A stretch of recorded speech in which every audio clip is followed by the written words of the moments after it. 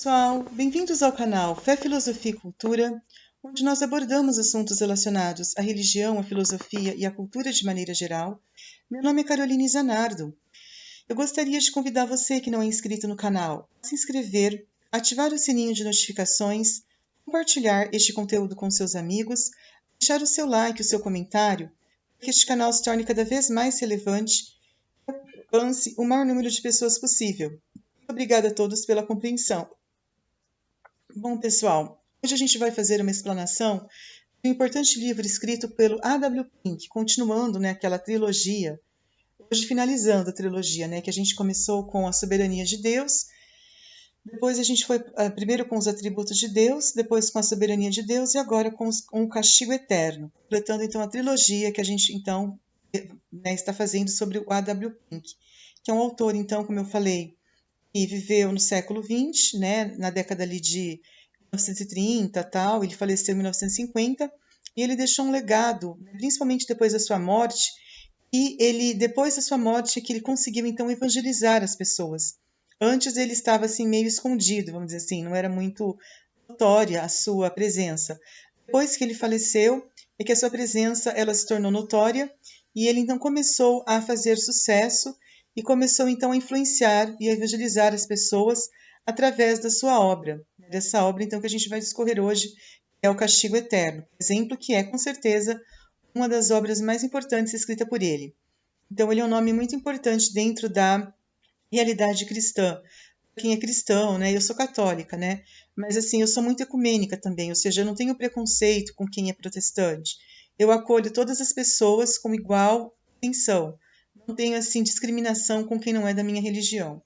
Então hoje a gente vai discorrer sobre o castigo eterno, então, do A.W. Pink, como eu falei anteriormente. Bom, então o que essa obra do A.W. Pink ela vai falar basicamente? Ela vai falar que o castigo eterno ele é inevitável, irrevogável, insofismável, é algo que não tem como alguém refutar essa verdade, É algo irrefutável, algo que é um dogma da igreja tanto católica como da igreja protestante. Ou seja, não existem argumentos que possam advogar contra isso, que possam desmerecer essa afirmação, que possam ignorar essa afirmação. Na verdade, todo ser humano ele está sujeito a isso. Se essa pessoa ela não tiver uma vida correta, se ela não tiver uma vida honesta, se ela não seguir os mandamentos de Deus, se ela não for uma pessoa que crê em Deus através das suas atitudes, não crer em Deus sendo um cristão de fachada, aquele que vai na missa, vai no culto, mas vive uma vida completamente errada, completamente torta. Não é desse tipo de cristão que o A.W. Pink está falando, e eu também corroboro com ele. Me refiro àquele cristão que ele não vive a palavra de Deus, que ele não vive as verdades do Evangelho. Ele vive de acordo com a carne, de acordo com a sua cabeça, de acordo com a sua mentalidade. Essas pessoas, elas serão com certeza, o juízo sobre elas será muito rigoroso. Por quê? Porque elas não têm consciência dos seus atos.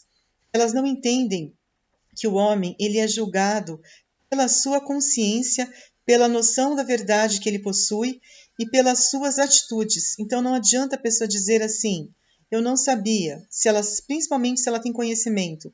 Às vezes aquela pessoa mundana, aquela pessoa pagã que não conhece a Deus, você poderia até dar um desconto, porque ela não conhece a Deus, ela não conhece o amor. O juízo de Deus sobre elas, numa dessas, não é igual ao juízo que ele faz com aquelas pessoas que conhecem a palavra. Porque nós seremos julgados na medida do conhecimento que nós temos da palavra de Deus, na medida da consciência que isso provoca dentro de nós.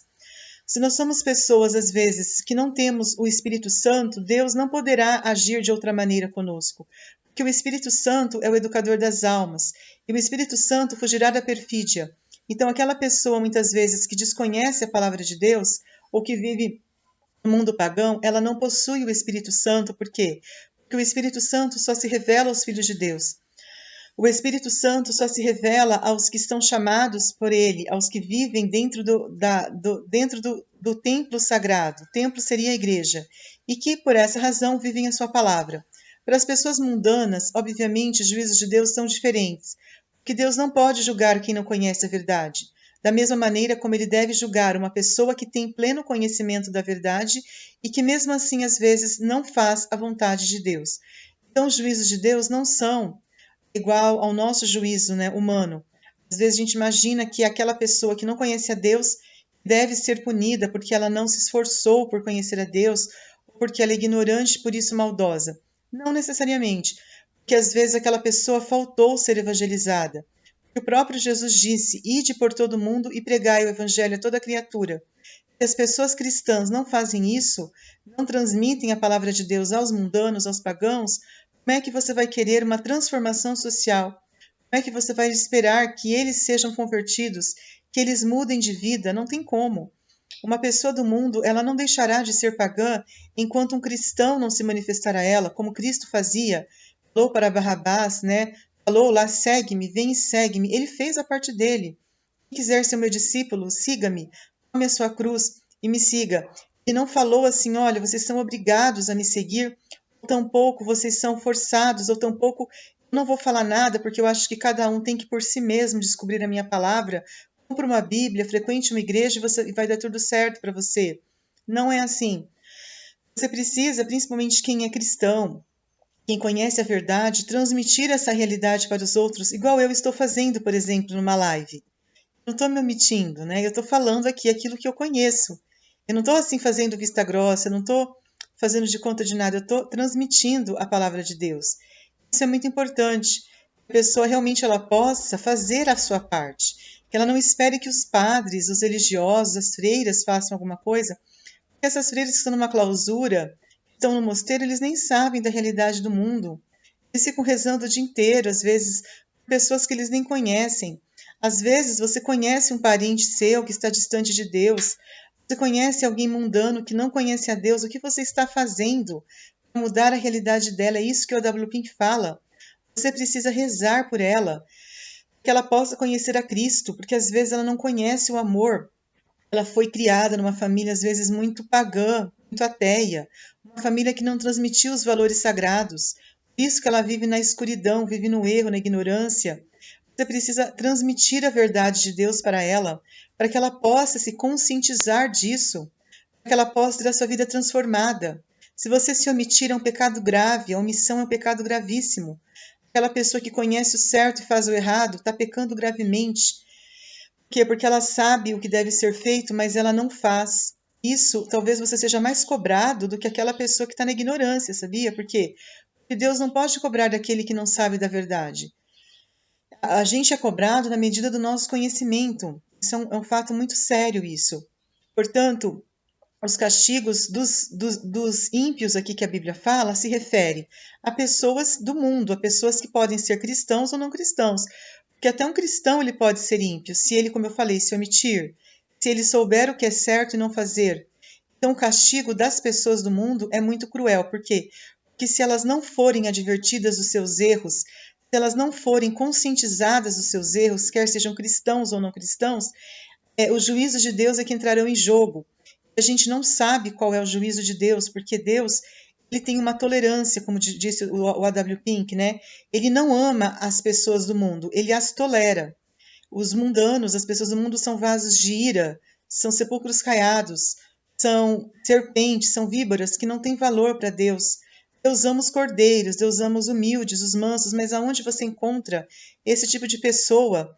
Talvez lá na África, aquelas pessoas pobres lá, talvez no Nordeste, ali as pessoas pobres, mas via de regra, onde você vai encontrar pessoas humildes? É muito difícil. Por isso que Deus tolera.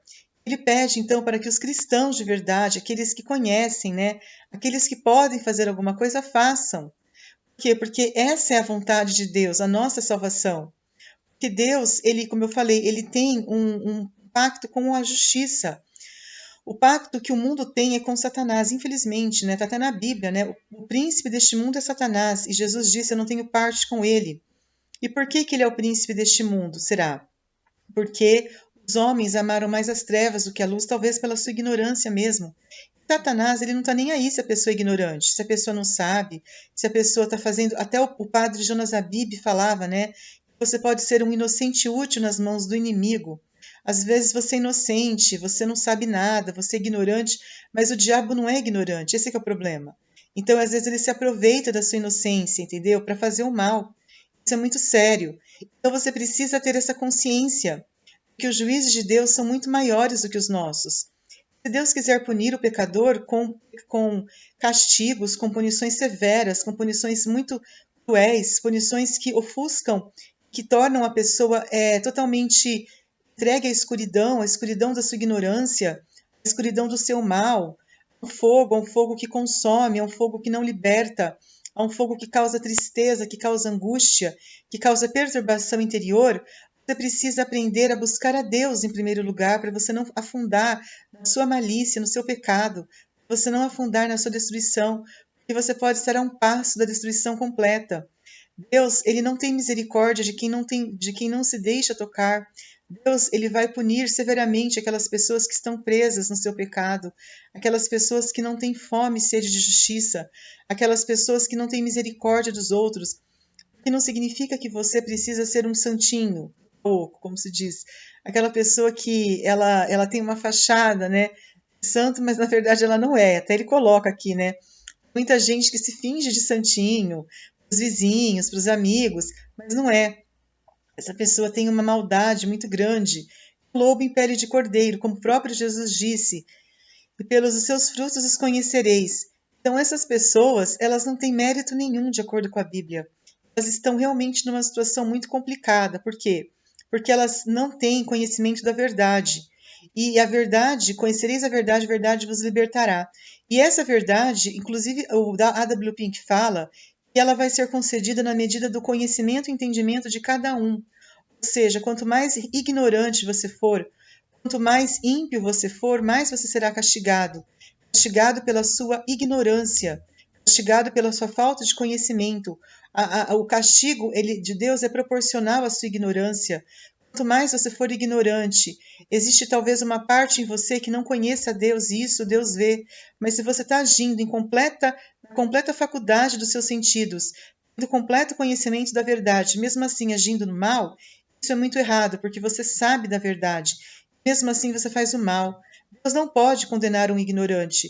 Deus, ele tolera um ignorante, mas ele deseja que todos os homens eles se salvem e cheguem ao conhecimento da verdade. Porque o Filho do Homem, ele virá, ele vai então fazer justiça, ele vai realmente separar as ovelhas dos bodes. O que são os bodes? Os bodes são aquelas pessoas que conheciam a verdade e recusaram a verdade, persistiram no erro, persistiram na maldade. E essas pessoas, elas serão lançadas no lago de fogo e enxofre, que é a segunda morte, onde haverá choro e ranger de dentes. Ao passo que as ovelhas, que são aquelas pessoas que fizeram o bem, aquelas pessoas que se esforçaram para entrar pela porta estreita, elas serão capturadas como trigo. Elas então prosperarão na glória de Deus. Então a gente precisa entender que a glória e o castigo são duas faces da mesma moeda. Não adianta a pessoa querer fugir disso.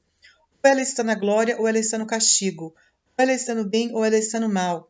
Os mornos, ele falou claramente na Bíblia, né? Os mornos, ele vai vomitar os mornos. Aquele que estiver no meio como a gente diz no popular, no meio do muro, né? Em cima do muro, como a gente diz no popular. Eu não estou nem aqui nem ali. Ele vai vomitar, porque a pessoa tem que ser autêntica. Ela tem que ser, assim, uma pessoa segura no que ela faz. Ela não pode ser indeciso. Eu não sei de que lado que eu estou. Ela tem que ter segurança, tem que ter certeza naquilo que ela faz. Porque realmente a vontade de Deus é a nossa santificação.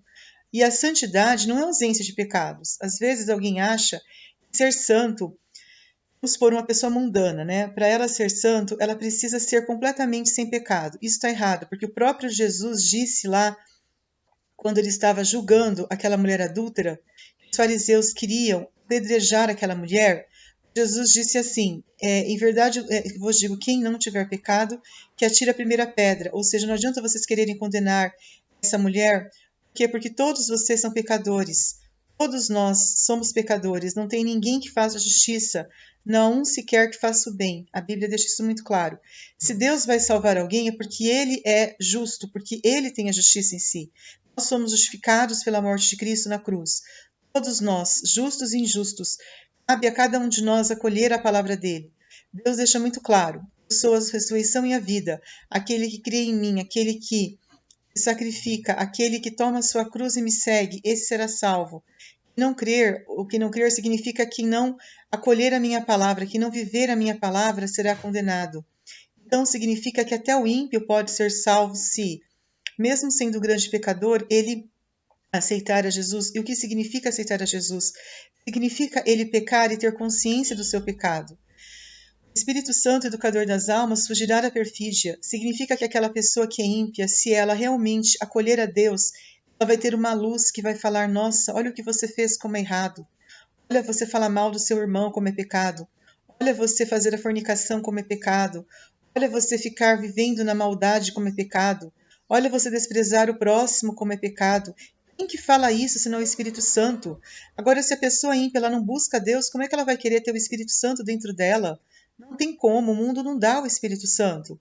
A única pessoa que é capaz de dar o Espírito Santo é Deus. É Deus que dá o Espírito Santo através do batismo de Jesus, né?